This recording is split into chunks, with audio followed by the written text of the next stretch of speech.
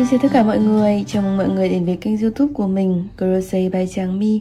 Và trong cái video ngày hôm nay thì mình sẽ dẫn các bạn cách móc một cái quả thông như thế này ạ. Nhân dịp Giáng sinh cũng đang về rồi ạ. Nguyên liệu mình sử dụng để làm quả thông này đó là len ngưu cốt tông. Kim móc là kim 2.5mm nhé. Mình sử dụng đến kéo, kim khâu nữa, và bông để mình nhồi ở phần giữa nhé. Hàng đầu tiên thì các bạn sẽ tạo vòng tròn ma thuật. Mình sẽ lấy mũi móc này, móc một mũi bính.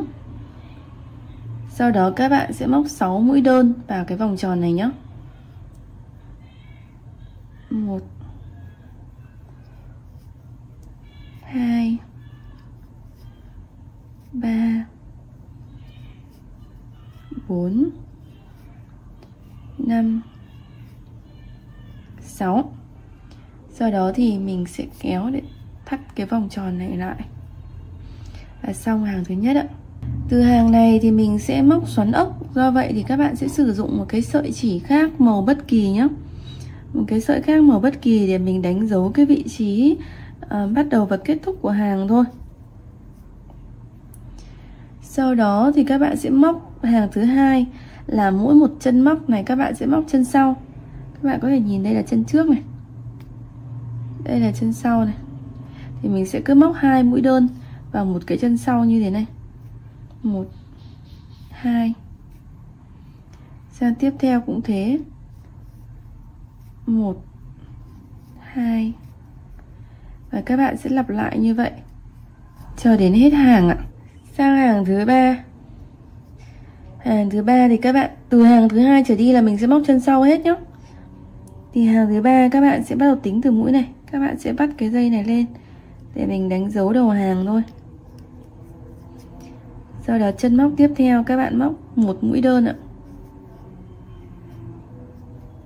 Chân tiếp theo móc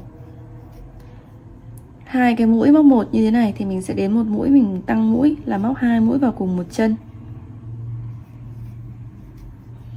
Tương tự như vậy các bạn sẽ lặp lại một mũi và một cái tiếp theo cũng thế.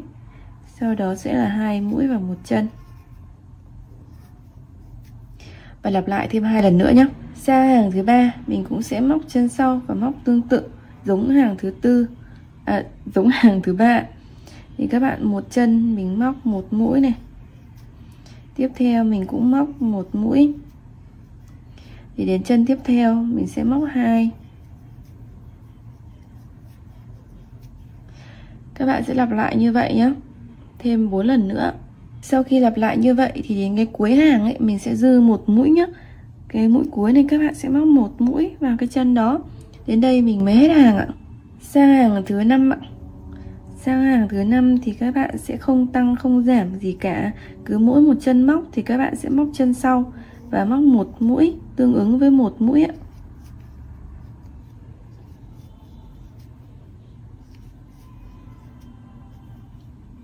Mình móc một vào một thôi. Và cứ như vậy thì các bạn sẽ lặp lại cho đến khi hết hàng ạ. 21 mũi nhé. Tiếp đến là sang hàng thứ 6. Hàng thứ 6 thì mình sẽ bắt đầu giảm mũi. Bắt dây đánh dấu nhé. Các bạn giảm tương tự như khi mình móc hàng 4 ấy. 2 mũi thì mình tăng, thì sau ở đây thì mình sẽ móc 2 mũi bình thường, sau đó mình giảm. 1 này, 2 này. Các bạn sẽ móc chập 2 mũi đơn để mình giảm nhé. Còn 1, sau đó lặp lại tương tự. 1 mũi vào một mũi, 1 mũi vào một mũi tiếp. Sau đó sẽ giảm mũi ạ.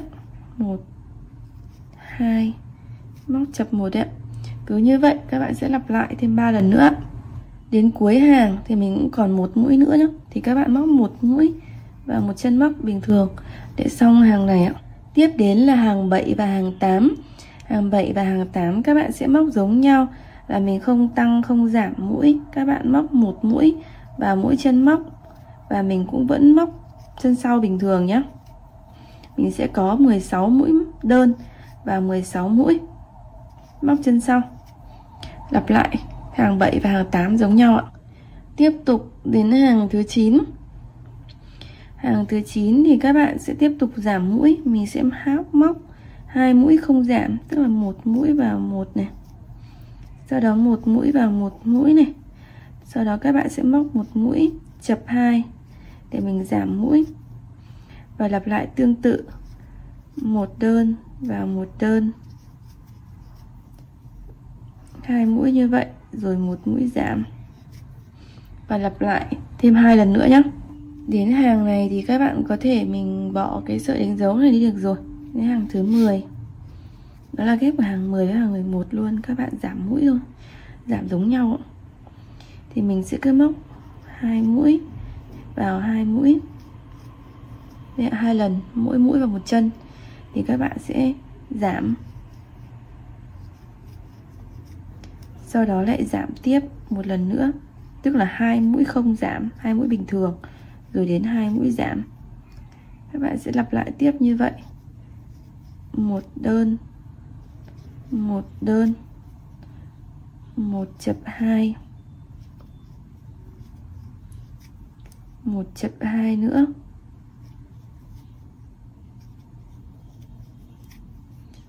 Mình sẽ nhồi bông vào bên trong và móc tiếp như vậy, cứ 2 mũi đơn bình thường và 2 mũi giảm để đến khi nó khít lại cái phần này.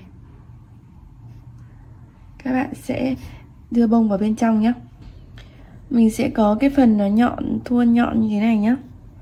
Sau khi mà các bạn cứ giảm dần nó sẽ chóp nhọn như thế này. Thì các bạn sẽ móc đây ạ. Mình sẽ móc một trượt vào cái chân đối diện này.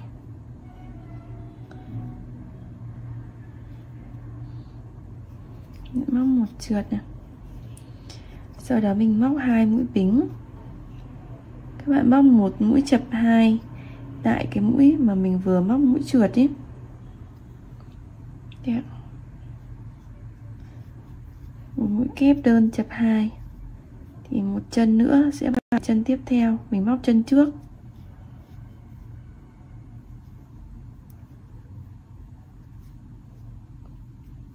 Các bạn chập vào làm 1, sau đó 2 mũi bính, một trượt vào cái chân mà mình mới móc cái mũi kép thứ 2 để chập ấy.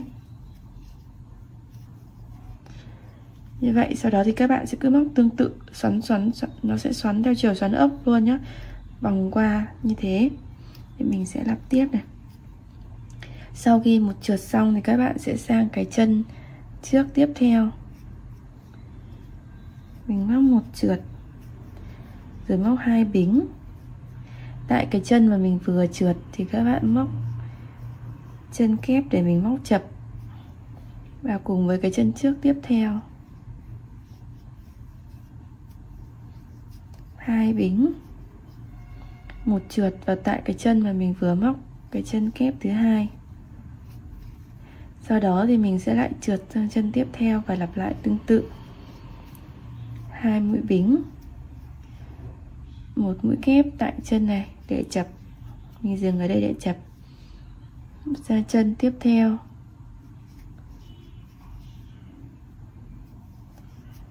Rồi 2 bính, một trượt tại cái chân mình vừa móc mũi thứ 2. Cứ 2 mũi, nói chung là cứ 2 cái chân trước 2 mũi móc thì mình sẽ cho ra một cái hạt như thế này nhá. Và cứ như thế các bạn móc thì nó sẽ xoắn ốc dần dần để nó di chuyển cái vị trí đỉnh chóp này.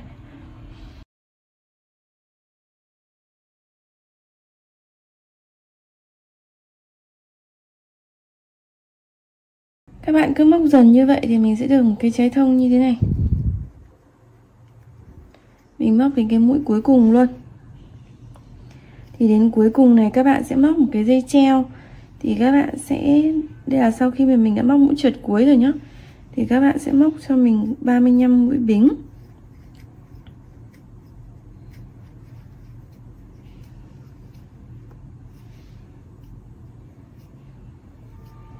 Nếu như các bạn cần dây dài hơn thì mình sẽ móc tăng cái số mũi bính lên nhá.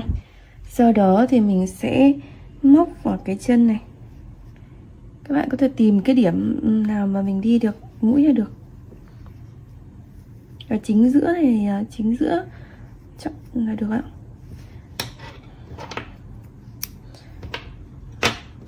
Các bạn cắt và giấu cái phần sợi thừa này vào phía bên trong quả thông nhé.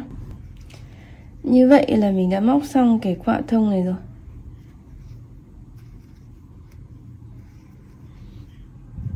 Không hề khó ạ. Chúc các bạn thành công nhé. Và đừng quên like, share và subscribe kênh YouTube của mình Crochet by Trang My nếu các bạn thích những cái video của mình. Cảm ơn các bạn rất là nhiều ạ.